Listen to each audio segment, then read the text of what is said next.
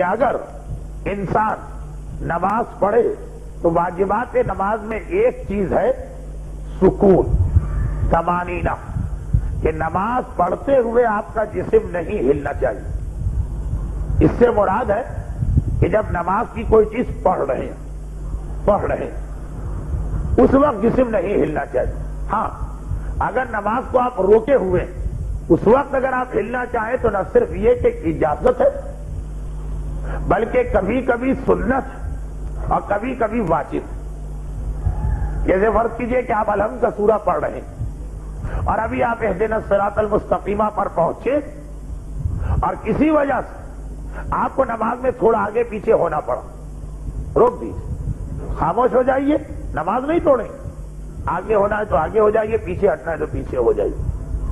کوئی نمازی آپ کے برابر میں آ گیا، گھر والے کو کہیں جانے کا راستہ دینا، قبلے سے ہٹے بغیر نماز کے درمیان موومنٹ جائز، لیکن شرط یہ ہے کہ اس وقت کچھ پڑھنا رہے، روک دیجیے۔ اور کبھی مستحب ہے،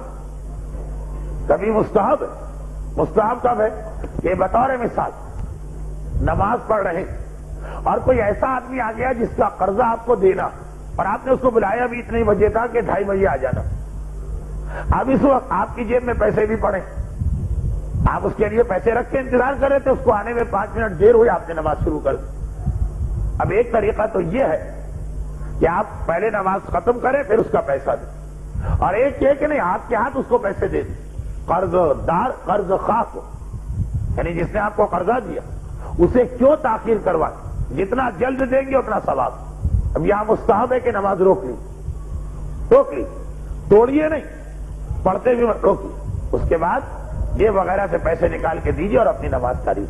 اور کہیں تو واجب ہے، واجب کہاں ہے؟ نماز پڑھ رہے بچے آ کے سجدے کا لے گئے، لیکن آپ کے اطراف میں کہیں پر ایسی جگہ پر دوسری سجدے کا موجود کہ قبلے سے ہٹے بغیر آپ اس کو اٹھا سکتے، بس یہ کہ چند قدم چلنا پڑے گا، تو آپ غلط چیز پہ سجدہ تو جائز نہیں، واجب ہے کہ آپ اپنی نماز روک دیں۔ 2 قدم آگے گئے، میل رکھی تھی وہاں سے کاغذ لیا، سجدے کا سے مطلب یہ ہے کہ کوئی بھی سجدے کی چیز چاہے ویسی ہی ہو جیسے بچہ لے گیا چاہے کوئی اور، یہ واجب ہے، کیونکہ اگر آپ یہ کام نہیں کریں تو کیا کریں گے؟ یا تو آپ نماز توڑ کے نئی سجدے کا لائیں گے، نماز توڑنا حرام بغیر مجبوری، اور یا پھر آپ نماز پڑھتے رہیں گے اور جو کپڑا وغیرہ ہے مصلی اسی پہ سجدہ کریں، وہ بھی حرام ہے۔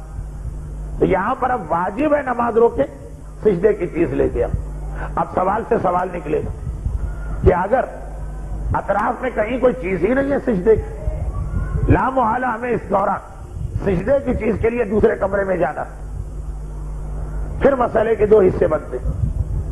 نمبر 1، اگر وقت نماز قضا ہو رہی ہے، نماز توڑ کے دوبارہ پڑھنے کا موقع نہیں تو اسی حالت میں پڑھ لیجیے، پھر یہ ہاتھ وات اور لباس وغیرہ کا مسئلہ آتا۔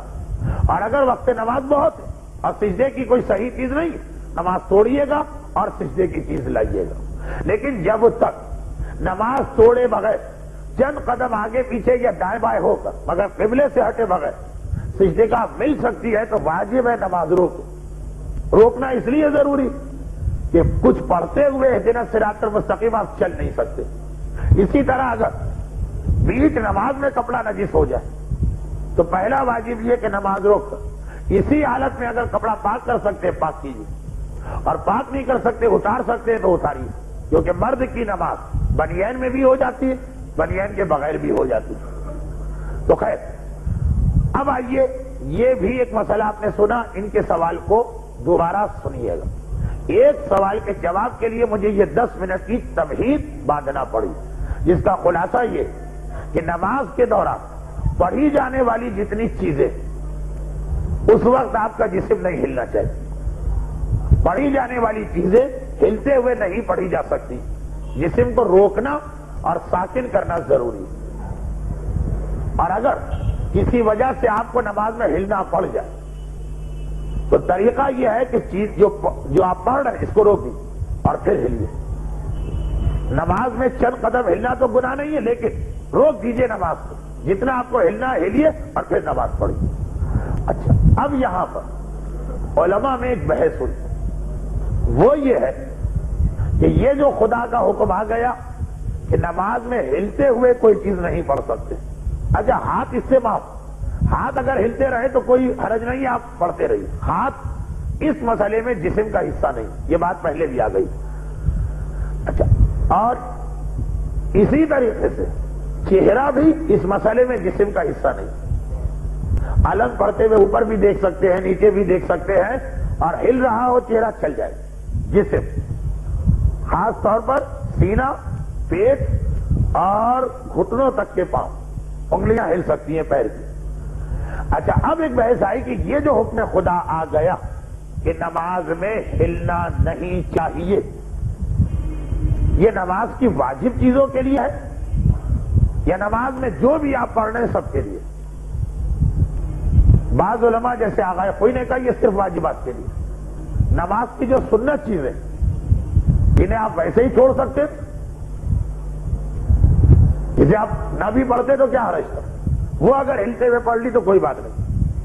آغا خوئی کا فتویٰ تھا کہ نماز میں جسم کو روکنا واجب, صرف واجب جو چیزیں پڑھی جاتی ہے, الحمد کا سورہ, انا انزلنا کا سورہ, پہلی تکبیر تکبیرۃ الاحرام, مگر رکوع کی تکبیر اگر آپ نے ہلتے ہوئے پڑھی کوئی بات نہیں, نماز صحیح ہے اور اس کا ثواب بھی ملے گا.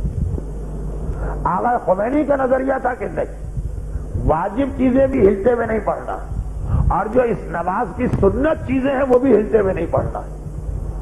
لیکن آغا خمینی فرماتے تھے کہ اگر آپ نماز میں کوئی ایسی چیز پڑھ رہے ہیں جو نہ واجب ہے نہ سنت ہے, اپنی مرضی سے پڑھ رہے ہیں, اور وہ آپ نے سن لیا کہ 3 چیزیں آپ نماز میں ہر وقت شامل کر سکتے ہیں, قرآن, دعا, ویسے ہی اللہ کا کوئی ذکر. تو اللہ کے کچھ ذکر ایسے ہیں جو نماز میں مستحب, وہ والے آغا خمینی کے نزدیک اس میں بھی جسم کو روکنا. لیکن جو چیزیں آپ اپنی مرضی سے پڑھ رہے ہیں, نہ اسلام نے واجب کی نہ سنت, اس میں اگر جسم ہلے تو کوئی حرج نہیں. یہ 2 مسئلے ہمارے یہاں مشہور, ایک آغا خوئی والا کہ واجبات میں جسم نہیں ہلنا چاہیے, نماز کی جو مستحب چیزیں خدا نے بتائی اس میں بھی جسم ہل سکتا, اور ایک امام خمینی والا فتویٰ کہ واجب چیز میں بھی جسم نہیں ہلنا چاہیے, سنت میں بھی نہیں ہلنا چاہیے. ہاں, جو چیزیں اپنی مرضی سے آپ نماز میں ملا رہے ہیں اس میں اگر جسم ہلے تو کوئی حرج نہیں. اور اب یہ فرماتے ہیں, البتہ آغا سیستانی وہی فتویٰ دیتے ہیں جو آغا خوئی کا.